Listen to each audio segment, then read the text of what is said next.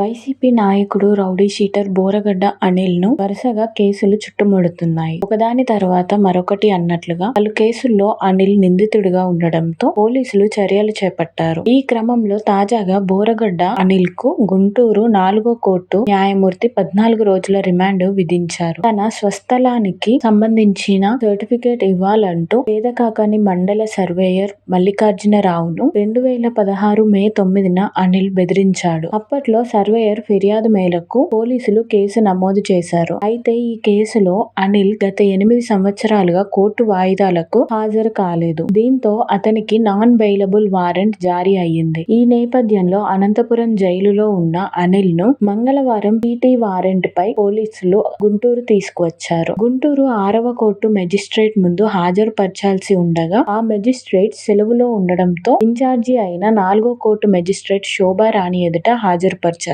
వాదనలు విన్న కోర్టు అనిల్ కు వచ్చే నెల 3వ తేదీ వరకు రిమాండ్ విధిస్తూ తీర్పునిచ్చింది. దీంతో పోలీసులు అనిల్ ను రాజమండ్రి సెంట్రల్ జైలుకు తరలించారు. మరోపక్క అనిల్ బెయిల్ పిటిషన్ ను నరసరావుపేట 2వ అదనపు జూనియర్ సివిల్ జడ్జి ఎం గాయత్రి మంగళవారం డిస్మిస్ చేశారు. ఫిరంగిపురం పోలీస్ స్టేషన్ పరిధిలో నమోదైన కేసులో మార్చి 24న పోలీసులు ఆయన్ను కోర్టులో హాజరుపరచగా న్యాయమూర్తి రిమాండ్ విధించారు. అప్పటి నుంచి రిమాండ్ పొడిగిస్తూ వైసీపీ నాయకుడు రౌడీ షీటర్ బోరగడ్డ అనిల్ ను వరుసగా కేసులు చుట్టుముడుతున్నాయి. ఒకదాని తర్వాత మరొకటి అన్నట్లుగా పలు కేసుల్లో అనిల్ నిందితుడిగా ఉండడంతో పోలీసులు చర్యలు చేపట్టారు. ఈ క్రమంలో తాజాగా బోరగడ్డ అనిల్ కు గుంటూరు 4వ కోర్టు న్యాయమూర్తి 14 రోజుల రిమాండ్ విధించారు. తన స్వస్థలానికి సంబంధించిన సర్టిఫికేట్ ఇవ్వాలంటూ పేదకాకాని మండల సర్వేయర్ మల్లికార్జునరావును 2016 మే 9న అనిల్ బెదిరించాడు. అప్పట్లో సర్వేయర్ ఫిర్యాదు మేరకు పోలీసులు కేసు నమోదు చేశారు. అయితే ఈ కేసులో